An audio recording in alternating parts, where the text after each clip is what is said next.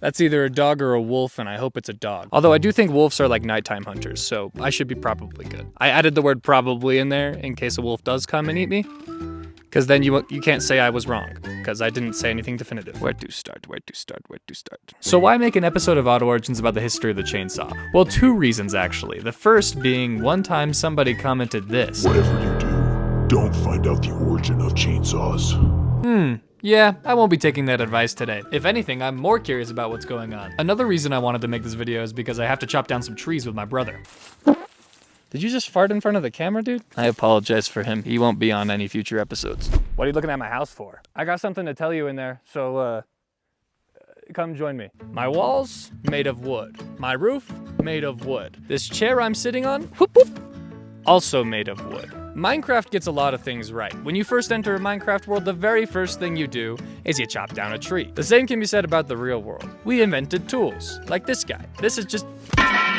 I should hold it with 2 hands. For the majority of the time humans have walked this planet, we've used these, axes, but they did have their drawbacks. One, you had to actually chop down the tree, and that takes a lot of time and effort. Even this tree alone would take a very long time to chop down with just an axe. So imagine for just a second that you're one of the people that was tasked with chopping down one of the sequoias. Sequoias can be hundreds of feet tall, thousands of years old, and they have trunks larger than your neighborhood ice cream truck. These things are no joke. I actually just went to Sequoia National Park and saw these trees with my own eyes, and it is quite an experience. I definitely would recommend. Sequoias are very cool, but back in the day before conservation, people actually had the job of chopping them down, and they used what was called a misery whip, just this very long saw that 2 people would use to saw back and forth on these enormous trees. It was called the misery whip because, as you can imagine, it sucked to do that. But on the plus side, I'm sure these guys were pretty shredded and tougher than nails.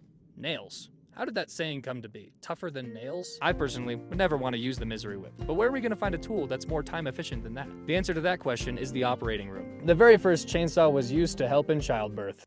Yeah. Early chainsaws were used in a procedure called symphysiotomy, and this is definitely why people warned me against researching the history of the chainsaw. It's nasty. I will say this, chainsaws were needed in this procedure because cutting needed to be done, and it needed to be done quick. The first chainsaw ever used in this procedure was made by John Aitken and James Jeffrey. In the 1830s, another surgeon named Bernhard came around and invented the osteotome, which essentially means bone cutting, and it was used in a variety of bone cutting procedures. This fly! Okay, I swear, I am going to be violent to this fly. Ooh. This early chainsaw tool might sound barbaric to modern audiences, but it's important to remember that we can't judge the past for what we now know in the present. They didn't even know what germs were. Germs. So one question remains. How did the chainsaw go from this to this? In 1905, there was a man working in the California timber business named Samuel J. Benz, and he wanted to come up with a way to make bucking these giant trees, the sequoias, the redwoods, a little bit easier. He called his idea the endless blade. Isn't that such a cool name for anything? That sounds like some sort of mythic weapon.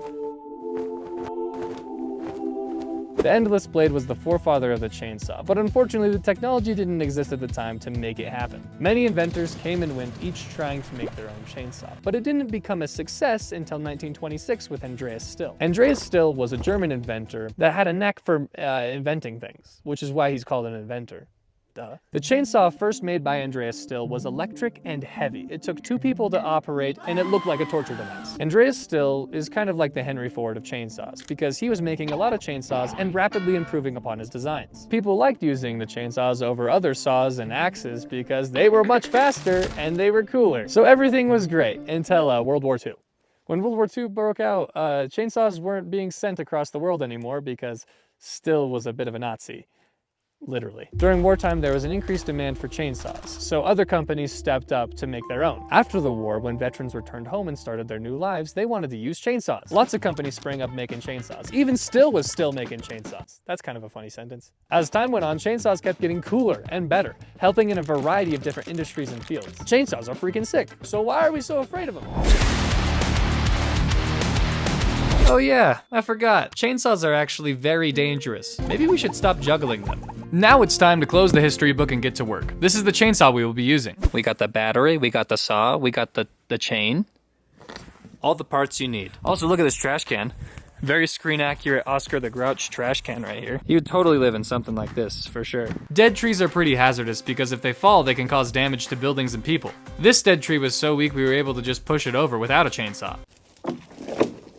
Trees. Before I do this, I kind of want to say something. I don't feel too bad about it since this tree is dead, but I'm sorry, Lorax, for doing this. We're gonna chop down this guy.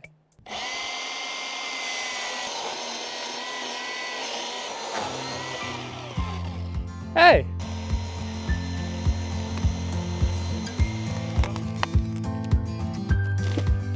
Whoa!